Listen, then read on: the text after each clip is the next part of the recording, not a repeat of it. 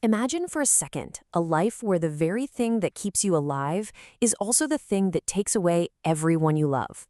That's the world of J.M. Singh's Riders to the Sea. It's a short play, but it packs in a whole lifetime of grief, fate, and just the raw, incredible power of nature. So let's dive into this masterpiece. Our story is set right here, on the Aran Islands, just off the wild west coast of Ireland.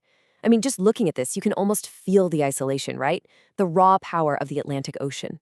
In this play, the sea isn't just some pretty backdrop, it's a living, breathing character. It's the antagonist that gives life with one hand and snatches it away with the other. And this one line from the play's introduction just nails it. It perfectly captures the central conflict. See, this isn't a battle of good versus evil.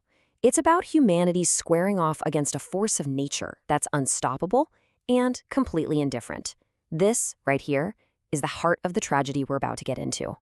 So, you have to wonder, where does a story this profound even come from? Well, it wasn't just pulled from thin air. The play was born directly from the real-life experiences of the people who lived and died on these islands, stories that the author, John Millington Synge, heard with his own ears. It was actually the famous poet W.B. Yeats who told Synge he had to go to the Aran Islands to find his inspiration. And for years, that's exactly what Synge did. He just listened and learned. He even heard this true story about a man's body that washed ashore and could only be identified by his clothes. Sound familiar? That real event would become a crucial part of the play. It's that direct, lived experience that gives the whole thing its chilling authenticity. Okay, let's meet the family at the center of this storm. Their entire story is really embodied by the matriarch, Moria, whose life has basically been one long testament to loss. Moria is this old woman who has just seen way more than her fair share of heartbreak. She's a figure of immense sorrow, for sure, but also of this incredible, quiet strength. Her whole life has been shaped by waiting, praying, and grieving for the men in her family. Let's start with this number, 8.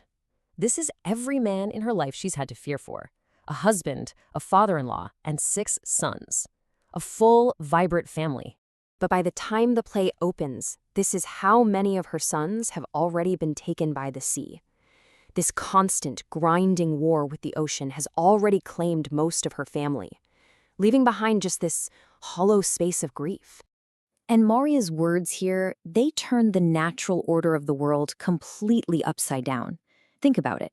In her world, parents don't leave inheritances for their kids. No, the young men die, and they leave behind little trinkets for their parents to grieve over. It's such a beautifully poetic and just heartbreaking summary of their entire existence. And this is exactly where the play begins. The family's whole world is just balanced on a knife's edge, with the fate of Moria's last 2 living sons hanging in the balance. So, the family is trapped between 2 awful possibilities. On one side, they have a bundle of clothes from a drowned man found miles away, and they're pretty sure the clothes belong to their son, Michael. On the other side, their very last son, Bartley, is determined to sail into a storm that's clearly getting worse. Now, Bartley's decision, it's not about being reckless or arrogant. It just shows the impossible choices these people have to make. The family's poor, they need the money from selling that horse, and it's the only boat leaving for a while. He feels like he has no choice but to risk his life for his family's survival. And tragically, he leaves without his mother's blessing, which in their world is a terrible, terrible omen. This single decision leads to the play's most chilling turning point. After Bartley leaves, Moria follows him, trying to give him her blessing after all. But she comes home in a state of shock because she's witnessed something truly terrifying, a supernatural vision. She tells her daughters what she saw. She saw Bartley riding his horse. But riding right behind him on the other pony was the ghost of her dead son Michael dressed in fine new clothes. It is just a haunting, unforgettable image. So what do we make of this? Is it just the hallucination of a mother lost in her grief, or is it something more? Well, in the world of Celtic folklore, this is what's called second sight, a prophetic vision. Moria knows instantly what it means. Seeing the dead riding with the living means the living will soon be dead too. And almost immediately, her vision proves to be a dark and horribly accurate prophecy. The supernatural omen is followed swiftly by brutal reality. Just a short time after Moria gets home, villagers arrive carrying Bartley's body. The gray pony, yup, the exact same one Michael's ghost was riding, knocked him into the ocean and he drowned. Her vision wasn't just a premonition, it was a play-by-play of the tragedy to come. And now we get to the play's absolutely astonishing conclusion. With all of her men now gone, Maria's reaction is not what you'd expect. It's not hysteria, it's not collapse, it's something far, far more profound. Her first words aren't of despair, but of release. For the first time in her adult life, she has nothing left to fear from the sea.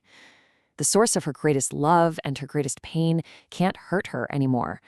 That constant, crushing anxiety is finally over. And she ends with this incredible statement of acceptance. It's a moment of profound, tragic wisdom. Having lost absolutely everything, she arrives at this strange and terrible kind of peace, accepting the cycle of life and death. This is what elevates the story from simple suffering to a universal meditation on fate. This right here is what makes Riders to the Sea a perfect tragedy. As this critic points out, all the pity and terror of the story don't lead to despair. They lead to a timeless peace. It's the moment Maria transcends her own personal grief and touches on something universal about being human. So it's really no wonder it was hailed as a masterpiece. The play does more than just tell a sad story. It uses the brutal reality of one family's life to ask the biggest questions we all face. How do we find any meaning in a world that we simply can't control? And that really leaves us with the play's final, lingering question. Is it possible that in losing everything we can find a strange kind of freedom? Maria's journey suggests that maybe, sometimes the only way to conquer our greatest fear is to face it until it has absolutely nothing left to take from us.